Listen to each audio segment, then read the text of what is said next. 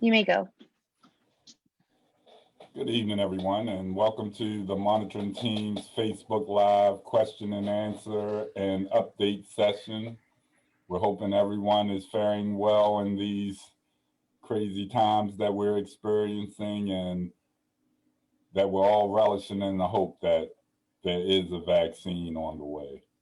So we want to jump right into today's conversation. First, let me introduce who's on the panel today. We have lead monitor Ken Thompson, as well as deputy monitors Chief Chuck Ramsey and Seth Rosenthal. We have community engagement team members Darnell Wharton and Jessica Drake, working the Facebook Live as well as facilitating the Zoom session. And I think we're going to jump right in, and I'm going to pass it to Ken to give his overview and give some quick updates. Thank you, Ray, and I want to thank everyone for joining tonight. Many of you have been on several of these Facebook, so you've listened to us in the past. We're a little more than 2.5 years into our job as monitors, which is, of course, helping BPD to reform itself along with DOJ. And as we have indicated in the past, we have spent a great deal of time over these last 2.5 years working on foundational issues, for example, helping the department revise its policies where necessary, helping it to develop training so that the officers can perform on these policies as they're supposed to. And we'll continue to provide this technical advice certainly through the next few years, because we all recognize that this reform process, while it's slow going, it's intentionally slow going because it's our intent to make sure that when we leave here, that we're going to have sustainable, lasting reforms. And we all recognize if you rush through this process, it's just not going to work. But having said that, we think we're now at a stage where it's important for us to begin doing some assessing. And of course, to figure out where BPD is along the continuum of progress.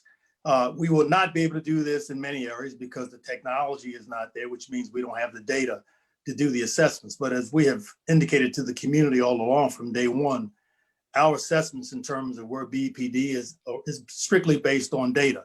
And so in those areas where we have some data, I would never say sufficient, but at least some data where we can at least begin doing a data-driven assessment, we intend to do that going into the 4th year monitoring plan. And I'm glad that Seth is on the call, because Seth is the deputy monitor, essentially leading the charge along with Matthew Barge, who is one of our members, to do these assessments. And so, again, we expect over the next few years to begin in earnest doing the assessments as we will continue to work with the department in developing itself along the way of reform. And we're going to pay close attention this year to the area of supervision and misconduct and discipline, because we all understand that accountability is really perhaps one of the most, if not the most important thing that we need to address to rebuild the trust between the community and the public. Now, that said, we now have a new mayor. He's been sworn in and he's ready. He's working, as we know today. We've met with the mayor in the past, and as I sit here today, I am comfortable that this process will move forward as it has been over the last 2.5 years. We are very much aligned, or I should say the mayor is very much aligned with a number of the things that the consent decree is calling for, including reimagining how the police department works in certain areas. For example, trying to get more psychologists and sociologists involved with people who are in crisis and not having to call the police every time someone is having a problem. Now, we're a long way from getting to the point where we can do this in a safe and efficient manner, but these are things that we certainly are trying to do, trying to get the department to do, and I know that the mayor has a great interest in doing this. So that's where I think we are. I think the transition is going to be seamless for us in terms of working with the new mayor and the new administration, and I expect good things going down the road. So Ray, let me turn it over to you to talk about youth interaction. Thank you, Ken. So as you saw in the last issue of the Monitor and previous even, there's been a distinct focus on the youth interactions policy 1202 that the first draft was actually released in October and went for public feedback. And it was a real engaged process. It was actually a collaborative process between the Mayor's Office of Criminal Justice, the Baltimore Police Department and the Consent Decree Implementation Unit, as well as the Children's Center for Law and Policy. And it was billed as what was called a youth diversion stakeholder convening. As the initial policy outlines, there are many references to pre-arrest and alternatives to arrest when engaging with the youth. So we focused on the following iteration, which will be an actual youth diversion policy. But in conjunction with this convening, we conducted what we called a policy workshop, where we reviewed with the public and community organizations. We actually had 57 people, I believe, actually on that workshop, and 15 of them were under the age of 18. So we did have youth participants. We summarized the policy and shared it preemptively and kind of discussed the constant themes that we were hearing that were problems with the policies. And a big piece of that was just clearing up the definitions of what types of stops there are and not leaving the onus on a child to understand if they're being investigated, if they can leave. And there was the majority of the call was to make sure that there was clarity in why and what they're being stopped for. There was a lot of feedback concerning proper progression when dealing with the child, meaning whom should be the first point of contact for a police officer. Does a parent have to actually be there when a child is being interviewed, and it goes beyond just a voluntary interaction? And those types of issues came up and they were addressed. And there was a lot of feedback that came back around the youth policy and a lot of engagement. And the parties agreed that this was a good opportunity to actually showcase the mechanism of giving feedback. So as we went beyond that initial workshop, we talked more about how we engage more people in this process moving forward using this mechanism. So we made sure that we sent out continuing notices on the progression, and we have scheduled a second workshop to review the second draft as that is released, and we'll engage those same people. And as we fine tune this mechanism, we'll continue to use it to broadcast when policies are available, to talk about current issues with the police department. And the city is kind of taking on the responsibility, as the monitor's reassessment stated, that all agencies have to adapt the urgency that we are requiring of the police department. And following that reassessment, the city stepped into play and created this collaborative mechanism. And from that, we're hoping to build a more intentionally engaged process as we move forward. As Ken spoke on, we have the feeling that the incoming administration is very supportive of the work we're doing here, both on a local and a national level. And as the national focus is on these reforms, we once again have that opportunity to set the precedent. So I think I'm going to kind of pause right there and open it up to any questions. If anyone has any questions on the youth interrogation policy, youth interactions policy, I'm sorry, and or anything that Ken spoke on early, we'll check in with our facilitators. We don't have any questions yet. So I think then we'll keep it moving, and I'll pass it back to you, Ken. Is Seth next, or you want to reach No, out? Seth, yes, Seth and Chuck can take the next topic, which is community policing, right? Sure. I'll kick it off, and then I'll kick it over to Chuck. So I'm going to talk a little bit about what's happening with the community policing objectives of the consent decree. I've said this a number of times, but I'll say it again. There are really two mutually reinforcing overarching goals of the consent decree. The first, as you know, is constitutional policing, to make sure that BPD officers are respecting the constitutional rights of Baltimoreans and folks who visit the city in their encounters with the police.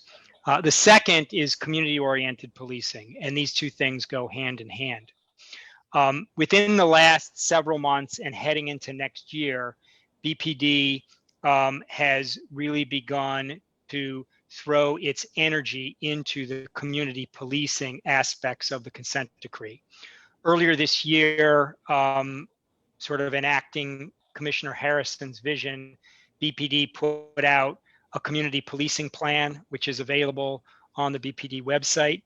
To their credit, to BPD's credit, the community policing plan actually has gotten some attention within progressive policing circles, and Deputy Commissioner Danny Murphy was actually interviewed by a national policing magazine about the community policing plan because it's seen as, you know, a progressive state-of-the-art community policing program.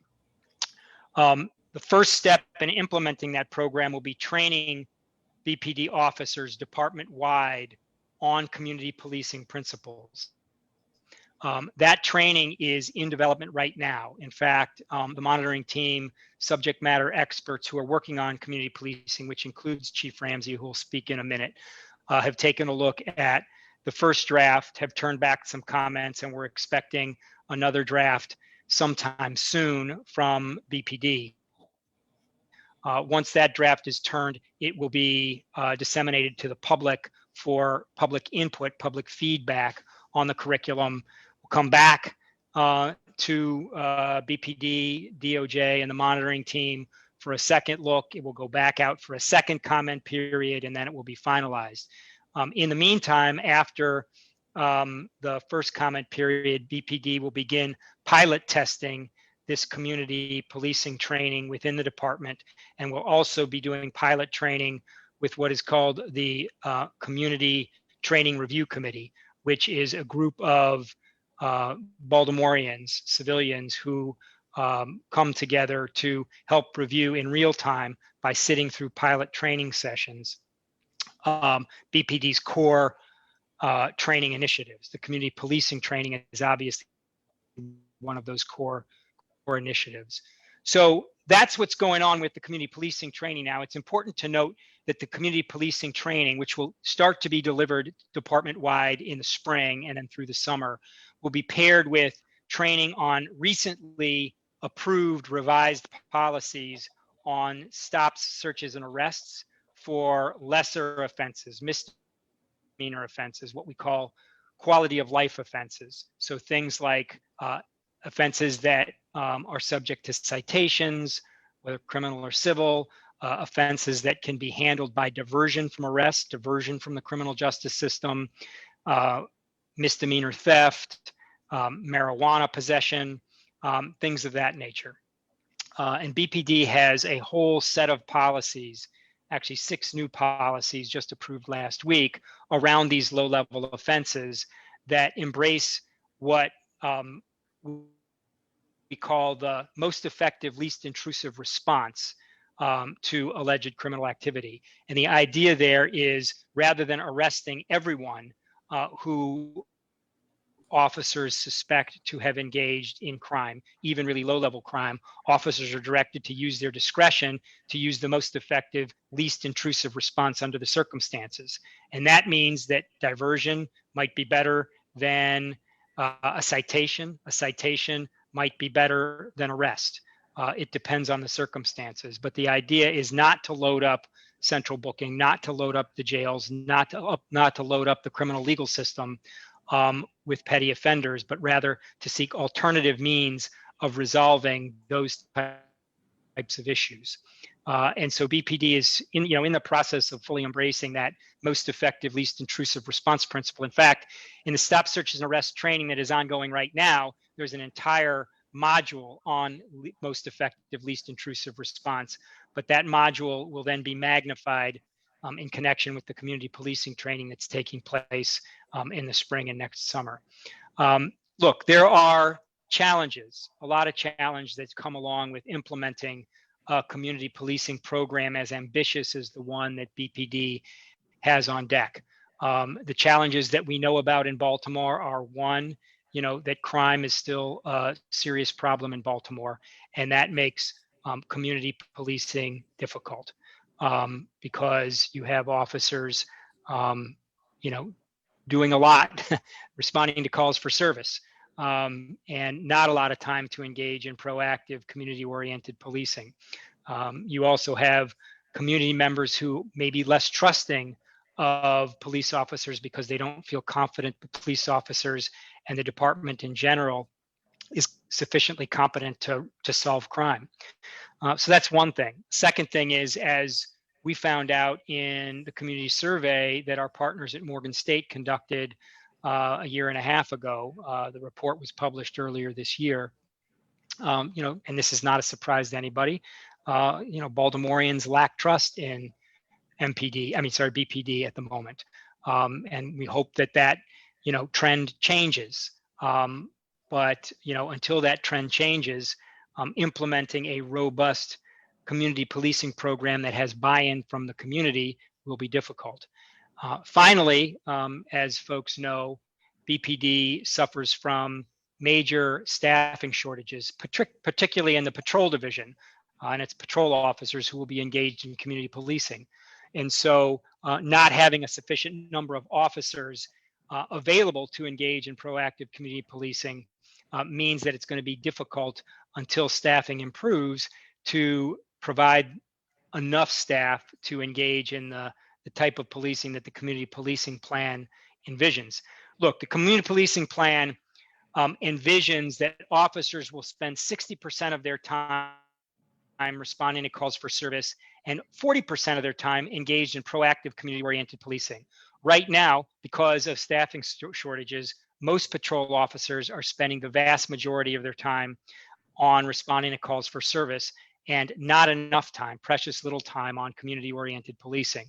The whole idea behind the community policing plan is that dynamic will change and that patrol officers will be freed up to spend more time in community-oriented policing, more time establishing relationships, close relationships with community members, and rebuilding the trust that continues to be lacking in BPD. Chuck, I'm going to turn it over to you to add anything that you've got based on your long history in developing community policing programs within major city police departments. Thanks, Seth. You covered everything very, very well. The only thing I'd like to just again emphasize is that, BPD has made a lot of progress in developing their community policing plan. The commissioner did submit, I believe it was last March, his plan for approval, and it has gotten some attention already, something that I don't know if any of us expected that right away, but it is a very good plan. It is forward leaning. I did review their draft training. We did make comments on that training. It is going to be provided to the community once we get a return from BPD on their comments. We'll put it out for review by community. But just having reviewed it, I think it's in pretty good shape for a first draft. So I don't think it's going to be long before you'll be able to see it publicly and be able to make comment. One thing that Seth said that I think deserves just reinforcing, this isn't going to occur overnight. There are a lot of issues that BPD is confronted with now, staffing, the volume of calls, trying to free up officers' time in order to be able to proactively problem solve with the community, and then of course building trust within those communities. But one thing I have seen thus far, and one thing the monitoring team is going to continue to monitor very closely, is the progress that the department is making in overcoming these particular issues, so that community policing can in fact begin in calendar year 2021. Again, the training starts in the spring, hopefully if there are no setbacks, and we hope to begin to see the beginnings of actual implementation sometime in 2021. Thank you. So we're going to pause again just to see if anyone has any questions about the community policing implementation and training that's upcoming for Seth and Chuck. We actually do have a question. So there's a question from Peter Matchett. I hope I'm not, destroying his last name. But he says, access to footage of police interactions seem key to building trust between BPD and the community. It was recently revealed by the Baltimore Sun that a large amount of video from Mondawmin Mall during the uprising in 2015 is missing. This is after years of officials blocking release of this video. What, if anything, is being done to address this loss of footage and the delay in release specifically, and reluctance to release and the loss of video from body cams, for example, in general? Right, you want to tackle that one? Let me just address that. I read the same article from the Sun. I think it was this morning, maybe it was last night. And to be clear, that was not BPD footage. That was Maryland Transit Authority footage. That's the footage that went missing. So I don't know, for at least that particular piece of it, it's fair to lay blame at BPD's feet. That said, clear that transparency and access to body-worn camera footage is critical. Body-worn camera use is something that's been emphasized from the beginning of the consent decree. A body-worn camera policy was revised within the last year. All BPD officers have been outfitted with and trained on new body-worn cameras, which are state-of-the-art cameras.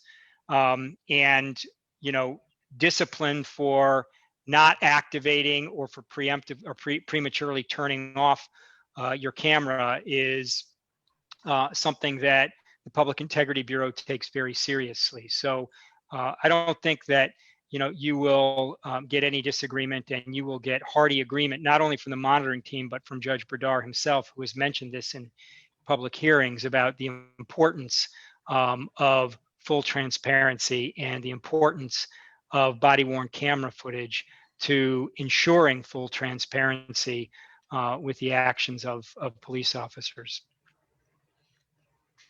Okay, thank you. Our Southwest Neighborhood Liaison, Elvonia Allen, has a question. How much time does it take from final draft to policy?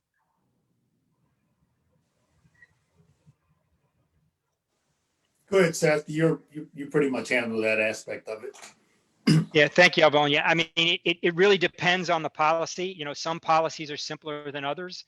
Some policies that we've reviewed and provided technical assistance on are a few pages long. Others are 20 pages long. So it depends. But the monitoring plans that we've developed, and we're actually in the process of developing the 4th-year plan right now. It'll be made available to the public for public comment in mid-January. They contain a very specific and detailed timelines for each policy. But generally speaking, from the time BPD is tasked with coming up with the draft until they give it to the parties for review, meaning the monitoring team and the Department of Justice for review, that's usually a couple of months. And then there's usually a month or two collaboration among the parties where the monitoring team and the Department of Justice provide their comments on and provide technical assistance to BPD in refining what they've come up with. At that point, the policy that's under, and this goes for training too. It's the same thing with training curriculum. It's made available to the public for a month, and the public has a month to comment on it. It's then given back to BPD. BPD makes changes based on the public feedback, shares those changes with the monitoring team and DOJ over the span of 2 or 3 weeks. It then goes back out to the public with the revisions so that the public has another 2 weeks to look at it and comment on it. And then once it comes back after that second public comment period, BPD has, another week to implement the final changes, socialize it with, and get the approval of the monitoring team and the Department of Justice. And then we, the monitoring team, will file our notice of approval with the court. So if you add all that up, Avonia, my guess it probably takes 5 to 6 months, maybe a little less from start to finish, from the time that, BPD puts the very first letter into the word processor until the time that a draft policy is finalized and posted on BPD's website. It should be noted. Go ahead, Ken. No, go ahead. Yeah, I was going to say, one important thing to note is that although a policy, becomes final at that point, it doesn't actually become active until officers are trained on the policy, right? Because you can't hold officers accountable to policies, which is one of the primary reasons you have policy. You can't hold officers accountable to a policy until you train them on it. And so, it will take an extra, number of months before a policy actually goes live. It may well be that BPD is inculcating officers with the principles that are in these revised policies when they're still in draft but approved version and before they become final. We actually saw that this summer with the protests that occurred after the killing of George Floyd, where it was clear that although the First Amendment protected activities policies have not yet gone live, that at least command staff was following those policies in responding to the protest activity. But in any event, the policies do not go live, do not become effective until all officers are trained on them. And that can take a while after the policies themselves are finalized. And I just want to add, Seth, and to the audience, and I said this in my opening comments, while we being the monitoring team in the court, we certainly want reform to be accomplished as fast as possible. We understand that it takes time to do it the right way. And one of the reasons why it takes some time is because we want to make certain that the community has adequate time to review and to respond. I mean, we don't want to just have BPD putting out policies without a tremendous amount of community input. The community has to essentially live with these policies because that's what the police are going to be working under. So we think it's absolutely imperative that the community have as much time as reasonably feasible to review and to make comments. And so that's one of the reasons why it may sound like it's a drawn out process to some, but we think this is so important to make certain that we have adequate community engagement and community involvement in all the things that we're doing. Thank you. I have, are we just continuing with questions, or did you have another update you want to give? Questions? Okay. So I have Kerry J. Hansel. Welcome back, Mr. Hansel. He was at our last Facebook Live session. He said, didn't BPD have the footage as a result of its investigation at the time? We're talking about what happened on Mondawmin Mall? Yes, that's just a follow-up from the first question. Yeah. Honestly, I don't know the answer to that. I don't know if anybody else on the team does. No. We can find out. I don't know that, but let me also say this and follow with what you said, Seth. I mean, we obviously want to review certain things that happened years ago because it's important to make sure that that the history doesn't repeat itself.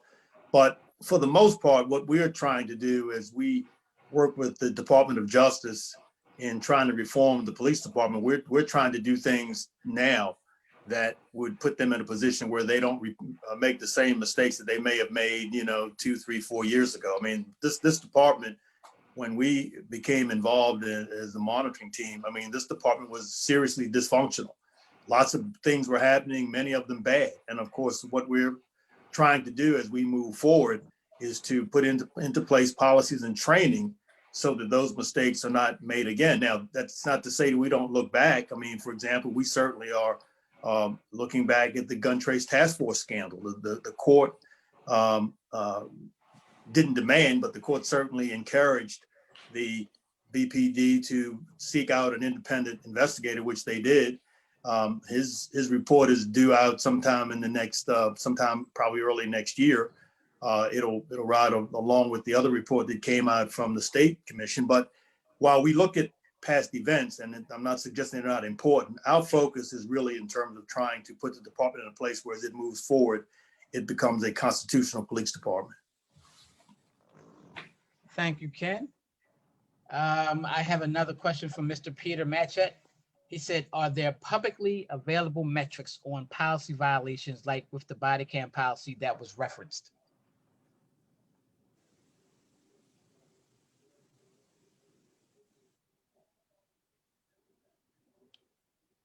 So one of the things that BPD is required to do under the consent decree is every quarter, the Public Integrity Bureau is required to produce aggregate statistics about the complaints that have been filed, the investigations that are underway, the resolutions. If you take and look, I think that the very first quarterly report was filed with the court within the last couple of weeks. And so those reports are supposed to include facts like that, like how many of the complaints filed against BPD officers had to do with improper use or non-use of body-worn camera footage. Body-worn cameras, I'm sorry. So statistics like that should be included in that quarterly Public Integrity Bureau report that is filed with the court. I do not remember offhand right now, I've got too much swimming in my brain, about whether that particular statistic about the number of alleged body-worn camera violations there were in the quarter that was reported on. Like I said, that should be in there and it should be in those reports going forward. Thank you, Seth. Mr. Hansel has another question. I think this is still on the body cam, on the Mondawmin footage. He said, this isn't years ago. If police have this footage and aren't releasing it today, that is an issue for now. If they have it, as they almost certainly do, withholding it today is a current problem with transparency and ethics in the department. Will this team ask the department to release it?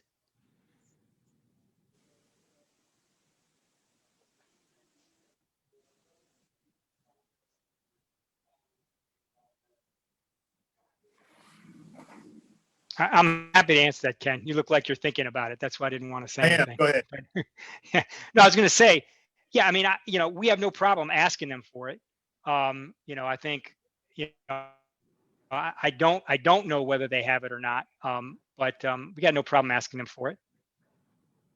Okay, thank you. And Peter, Mr. Matchett has another quick question. He says, to clarify, he's asking about internal identification of policy violations, not just citizen complaints. That was just his, he wanted to clarify that. Yeah, no, and that's right. Because, the Public Integrity Bureau does not just keep track of civilian complaints, they keep track of complaints that are initiated from within the department. They actually keep separate stats on those and then they'll aggregate them as well. But as look, BPD has its own body-worn camera audit unit that reviews random samples of body-worn camera footage to determine whether officers are complying with policy. And there are a number of internally generated internal affairs complaints that come out of that unit when officers violate the body-worn camera policy. So yes, it is a fact that most, perhaps even all, allegations of the failure to properly use body-worn cameras comes from within. It was interesting when the report came out, and Seth is right. What happens? There is a segment, the internal complaints from the external complaints. External complaints would consist of complaints from the community. But of some interest to us was the fact that the numbers from 2019 to 2020 showed a dramatic drop in the number of complaints. Now, what does that mean? We really don't know at this stage. Part of what our job is as we do the assessment is to figure out, whether these drop in numbers are a good thing or are they based on something else. We have very limited information right now. There is some suggestion that the culture is beginning to change, and that police are behaving appropriately in many more instances than they have in the past. So it's our hope, that as we dig down and do the assessment, that this drop in complaints is a reflection that the department is turning itself around in terms of how it deals with the community and how it overall deals with police who engage in misconduct. Thank you, Ken. I don't have anything else for right now.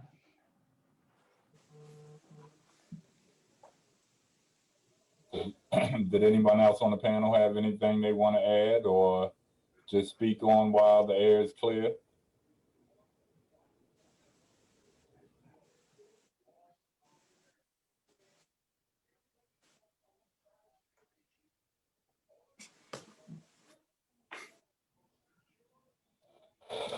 Well, like Ken said, we encourage people to the best of your ability, engage in this process. This is our opportunity to actually influence those policies that are going to impact us and our communities directly.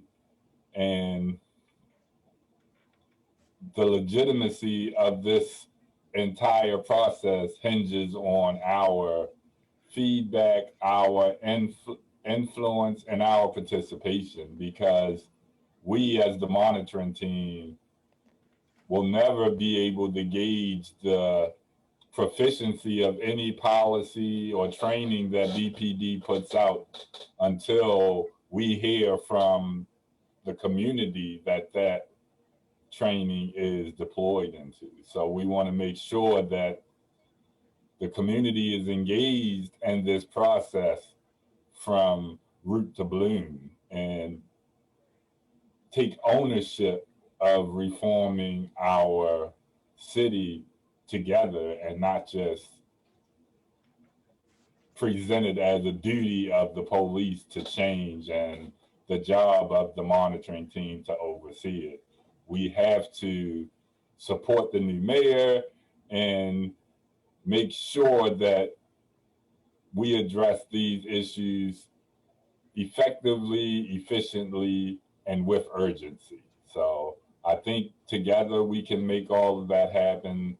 This is, like Chief Ramsey said, our community policing plan is already getting recognition around the country for how bold and progressive it could be. And we have to be the ones to ensure it's just that. So I always say, get involved, be involved, and stay involved. And the floor is open. Thank you, Ray. So, Mr. Hansel. so Chuck, go Ken. ahead. Chuck, I was going to ask you, I'm going to put you on the spot a little bit, but you've certainly had a tremendous amount of experience with these community policing plans. And I was curious to get your view on how you align Commissioner Harrison's focused deterrence strategy with the community policing plan, if that's something you feel comfortable discussing. Yeah, the two things go hand in hand. I dealt with focused deterrence when I was in Philadelphia. It had some benefit, but again, there is no one thing that is you can really hold up as being the answer to everything. But certainly it did have an impact. So I'm very familiar with focused deterrence. The one thing I'd like to say too about the plan, the challenge is always in the implementation. I mean, having a plan in writing is one thing, implementing it is another. And that's where training comes in and follow up to make sure that people are doing what they need to do in a manner consistent with the plan that's outlined. One thing that wasn't mentioned that did delay training, not just in community policing, but training in general, COVID has had an impact. Training was shut down for a period of time, and even now, having full classes is difficult because of social distancing and so forth. So it's taken a little longer than what we had originally anticipated, but things are moving forward, and the department is truly committed to getting things done, and people need to know that. But the real key is in the implementation of the plan. And again, I do believe that sometime in 2021, people should begin to see the beginnings of implementation. Thank you, Chuck. You have Thank a you, Chuck. question, Steve? Yeah, I have Mr. Hansel has another question. He says, should the team be looking at complaints or actual uses of force from the beginning of 2010 until June 19, 2015? Baltimore City reported 2,818 uses of force, or almost 1.5 uses of force per day, every day for over 5 years. That is an absolute epidemic of force. I am more concerned with lessening this number than the complaints. Very few complaints are made because there's so little trust in the process. So his actual question is, should the team be looking at complaints or actual uses of force? We do, and we are. Our charge is not to redo what the Justice Department did in its investigation, which covered that period mentioned in the question, 2010 to 2015. It's to take a look at uses of force now. And we've drafted, and it's undergoing revisions right now, but we've drafted our first, what we call quantitative outcome assessment, which kind of runs the numbers on use of force incidents. It is not pegged to the number of Public Integrity Bureau Internal Affairs complaints. Rather, it's pegged to the number of use of force reports that are actually filed internally with BPD. So that's the first thing that's going on, and we'll be publishing those reports periodically over the course of the consent decree. In addition to those pure numbers or quantitative assessments that we'll be doing, we'll also be doing compliance reviews where we're looking qualitatively at a statistically significant random sample of use of force incidents. So we'll be determining by looking at those incidents whether the force used was reasonable, necessary, and proportional to the threat posed, consistent with policy and with the Constitution. We'll also be looking at whether the reporting was adequate by taking a look at body-worn camera footage of the incident and comparing it to the reports. And then we'll be taking a look at the supervisory review process to ensure that the review of use of force incidents is what it is supposed to be under policy. So our first use of force qualitative compliance review actually is just getting underway now. We're actually just receiving this random sampling of files, which we've selected, not BPD, but which we've selected for review. And we'll start going through those. And we're hoping to publish our report, sometime next year, probably late spring, my guess is when we'll publish that first qualitative compliance review. We're going to publish this first quantitative outcome assessment, which again takes a look at the numbers of use of force incidents in a couple of months. So this is something that's a key component of our job as monitors under the consent decree, and it will be, Ken mentioned at the outset of this session that we're turning our attention more and more now to monitoring, and use of force is obviously one of the key areas we'll be monitoring. Thank you, Seth. He also asks, can you let us know if actual uses of force have gone down since you began your work? How does 2016 to present compare to pre-2015? I'm a civil rights lawyer, and my clients report that it is bad or worse now than ever. Right. So that is one of the things we're going to be taking a look at, is the before and after. I mean, again, we started in 2018. So, that's when we're going to start. There's obviously nothing preventing us, and it's a good point that we should also take a look at historic uses of force and see how the numbers then from 2010 to 2015, as Mr. Hansel mentions, compared to the numbers beginning in 2018. Our reviews will begin in 2018, and through the present. And, look, one of the things that we're really looking at, one of the inflection points, so to speak, is, what the number of use of force incidents before the revised policies and the new training on those policies were implemented, and after. So the new policies on use of force came into place in 2018. Officers were trained on those policies last spring and summer, and they became effective last fall. So in the fall of 2019. So it'll be interesting to look at the numbers both before training was completed in the fall of 2019 and then after the training was completed. But yes, that historical comparison, I'm sorry for being long-winded about it, but that historical comparison is something that we're obviously quite interested in, and we're interested in seeing whether the numbers in fact are going down. Thank you, Seth. Yeah, I don't have anything for right now. So I'm just checking in, guys. We got about 10 minutes left. Does anybody have anything pressing they want to make sure we get out before we close out the session today? Hey, Ray, could you possibly talk about what the monitoring team has coming up in 2021?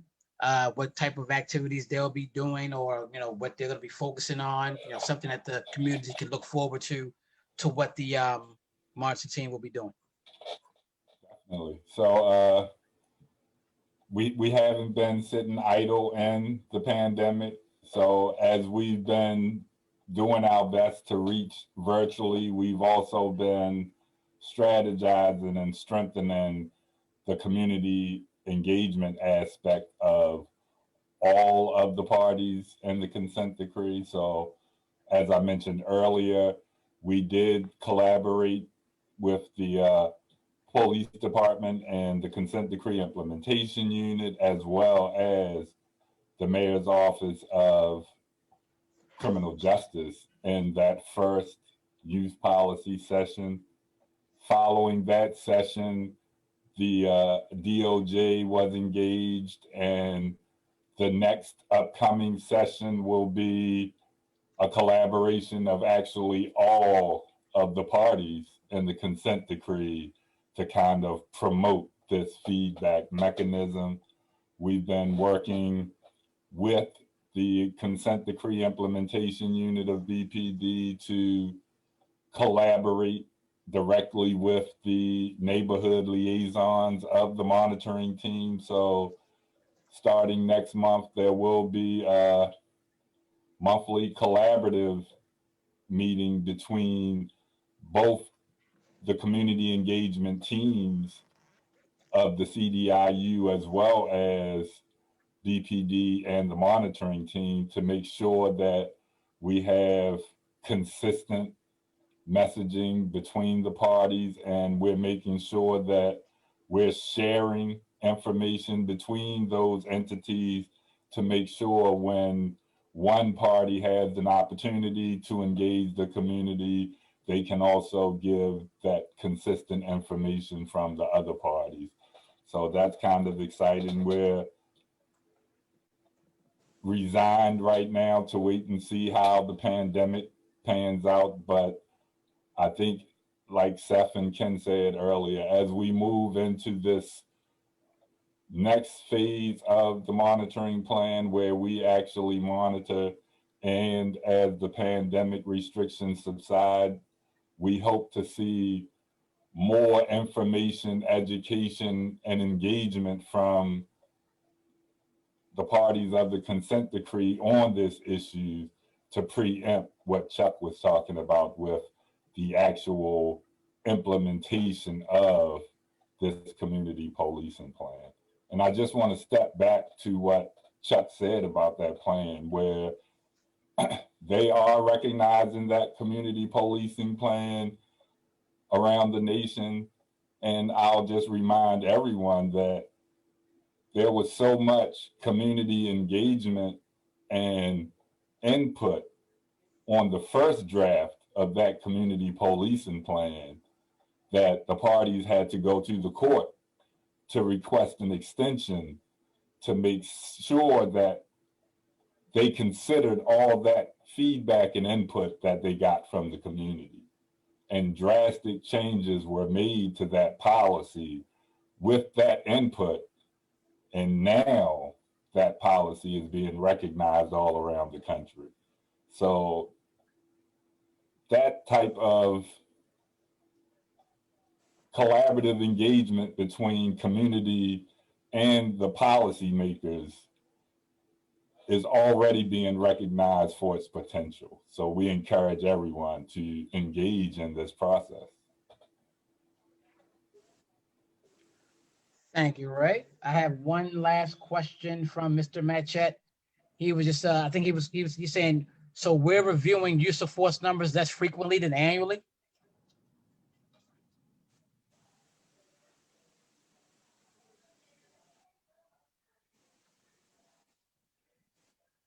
Seth, you want to take that one? You're on mute, Seth.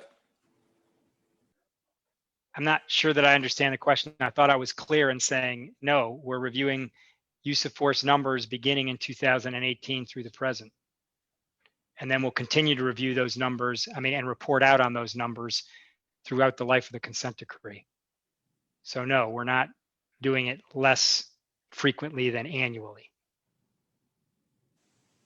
I think when you were giving your original description, there was just a little bit of a delay and then a language slip up that might have caused that confusion. Thanks for clarifying that, Seth. That makes good sense. And Mr. Hansel followed up with that saying, great point, Mr. Matchett. As far as I'm aware, BPD does not publicly report use of force data on any basis since 2015. Perhaps the monitoring team should require it.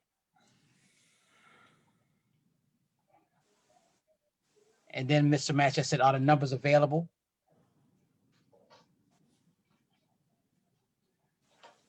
Like I said, we're going to be publishing that report within the next couple of months.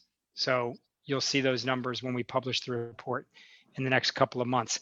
I do need to go. There was one of the points just made that BPD should be required to report the numbers too. And I believe, and if y'all can hang with me for a minute, that there is a provision within the consent decree that requires them to do so.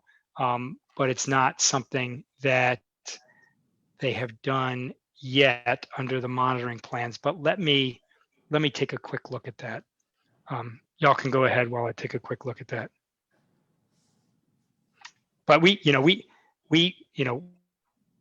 bound by what's in the consent decree. So if the consent decree, requires it, then it's something that they're going to have to do. And I'm sorry, with the 500 and some odd paragraphs, I don't know that answer off the top of my head. So let me just take a quick look. Donnell, we got any more questions while we're waiting on Seth? Nope. Actually, Seth is answering the last question right now by looking for it. Mr. Hansel says, shouldn't the department be reporting that info to the public? So Seth is looking for that now. So while Seth is looking for that information, I just want to remind anybody that the monitoring team, the neighborhood liaisons, the community engagement arm, we're still out here. We're here for you. A lot of our liaisons are actually active in community. If you need us, we're there. Just reach out, info@bpdmonitor.com.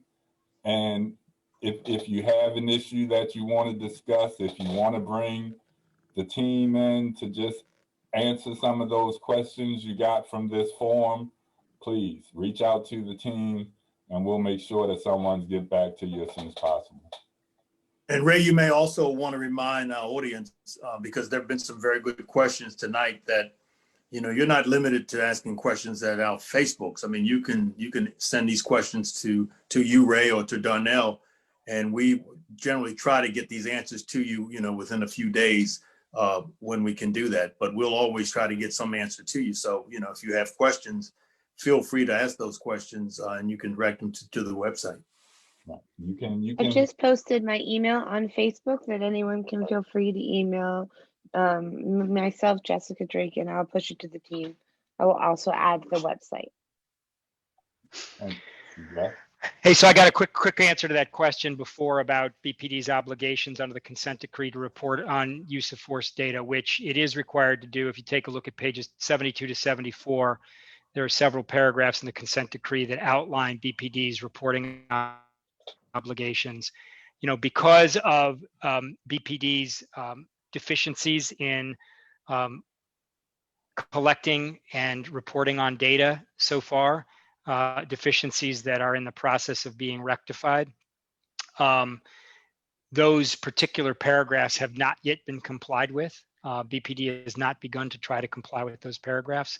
But in the near future, as their reporting systems, which is called IA Pro for use of force reporting, sort of is made to, is changed so that it allows BPD to satisfy the requirements of those paragraphs, then those reports will start to be made public. But that is not something that's been required yet because of the data deficiencies, but it is something that's a requirement of the consent decree. Thank you, Seth. Thank Anything you. else, Nate? Yep, one last one. Mr. Hansel, consent decree, page 72, 211, I guess it's paragraph 211. BPD will collect and maintain all data and records necessary to accurately evaluate its use of force practices and facilitate transparency and, as permitted by law, broad public access to information related to BPD's decision-making and activities. Will the team require this reporting and when? I think I just answered that question. Yep. Yeah, Yes. you did. Yes, you did. BPD is not in compliance with that paragraph or the following paragraphs, which require public reporting of the information. And it is something that we're going to require going forward and have to require because that's what the consent decree requires. Seth, would you just give a tiny bit more language when you use the statement they're not in compliance? Some people might not know what that means, in that when they're not compliant, what happens to them? What doesn't? How does that process Well, they're work? not Could you complying with the, just- right. It means that, look, this is a long process, as Ken said. You know, BPD is not in compliance with a number of paragraphs within the consent decree because, you know, we're still, you know, somewhere, you know, within the first half of the period during which BPD is going to going to require to achieve compliance. And so that those paragraphs on use of force reporting are some of the many paragraphs that BPD is not yet doing, not yet complying with. I don't know if that answers your question, Jess. And I think we should remind the audience, Seth, that in many respects, it's not because they don't want to do it, it's because they simply have not had the technical ability to do it the right way. I mean, that's one of the things that we look at as that's one of the reasons why we're moving into assessments this year, because they have, I mean, we still are a long way from being able to assess them in terms of overall compliance, but we think we're beginning to get some data where we can do some assessments on some issues, but a lot of it is simply because they have not had the technical ability to collect the data in a way that makes sense. I think there's some confusion on the Facebook. So just before we wrap up, I think it would help to clarify. The idea that we would be collecting use of force data to release a report gives the thought that there is something to collect. But then when we say that they're not yet in compliance because they don't yet have the data system structures to produce those numbers, is confusing those on Facebook. How can we have data, but then we say that they can't produce the data? So could we just clarify that a little further, and then we can wrap up, Ray? Yeah, the report that we will be producing, the quantitative outcome assessment, you know, will be, because we think it's important to do something now to put down a marker, will be reporting on the data as imperfect as it might be, right? And there will be caveats in the report about the imperfections within the data. The idea is that going forward, and hopefully within the next several months, you know, as early as next spring, you know, BPD's data collection systems, including IA Pro, which is the reporting system for use of force, and its record management system, which is the reporting system for stop, searches, and arrests, you know, will be sort of fully operational and able to collect the data that's required under the consent decree and required under best practices, so that BPD can issue its own reports and so that the monitoring team can issue the most accurate reports possible. Again, we are hamstrung to a degree because of BPD's data collection deficiencies, but that doesn't mean that we don't think it's important to start collecting on the data that we can access, and that's what we're doing.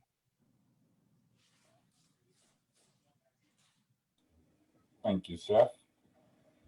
So does anybody else have anything else they want to add before we close out? It's now 8 o'clock. I want to be cognizant of everyone's time. I want to thank everybody for tuning in tonight. And once again, get involved, be involved, stay involved. We don't have to wait for something to happen to be a proponent of change. So reach out to us on the website, bpdmonitor.com, and we'll get back to you as soon as possible. Thank you, everyone. Thanks, everybody, for participating. Thank you.